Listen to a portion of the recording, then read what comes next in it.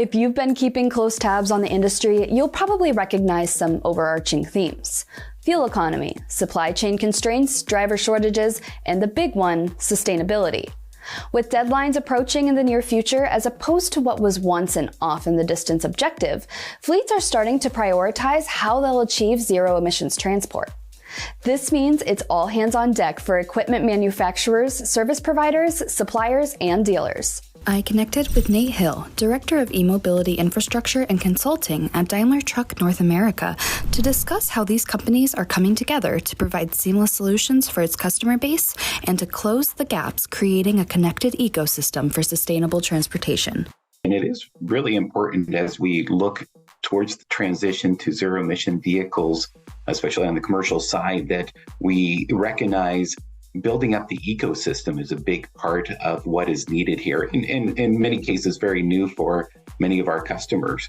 As an OEM, Daimler Truck North America is going beyond the vehicle, focus beyond the vehicle, and helping our customers with their infrastructure, specifically to support battery electric vehicles and the charging of those vehicles. And as an example of some things that we're doing, and I know other OEMs are doing the same, we're offering consulting services. So the moment you think, hey, zero emission vehicles might be right for our fleet, or we want to at least start exploring it, knowing that mandates are coming, and because our customers want it, they can reach out to our team. And we have a group of consultants who are very well informed on what's available in the market, both from Daimler and from other third-party offerings. And they can help our customers understand, okay, what charger do I need?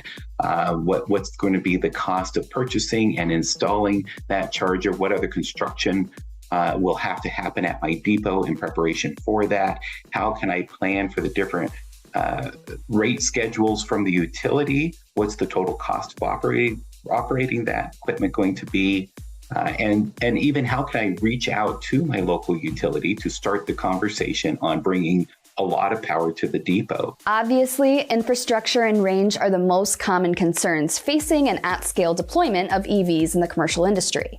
But what other obstacles still stand in the way of a broad adoption of this technology? This is brand new equipment and really quite impressive when you think about what we've done with the vehicle. It's a brand new powertrain. That means there are hundreds of new components under the hood, under the chassis, under the cab that many of the technicians out there that work on commercial vehicles are not familiar with. We have a great training program in place for the technicians at our dealership, so they are becoming very familiar with all of these components. And then there's additional training available to our customers. What technologies can be expected from OEMs like Daimler in the future to aid in the commercial vehicle industry's decarbonization efforts? One thing I'll mention that we are working on, which I don't know that others anticipated an OEM would be, is a charge management system.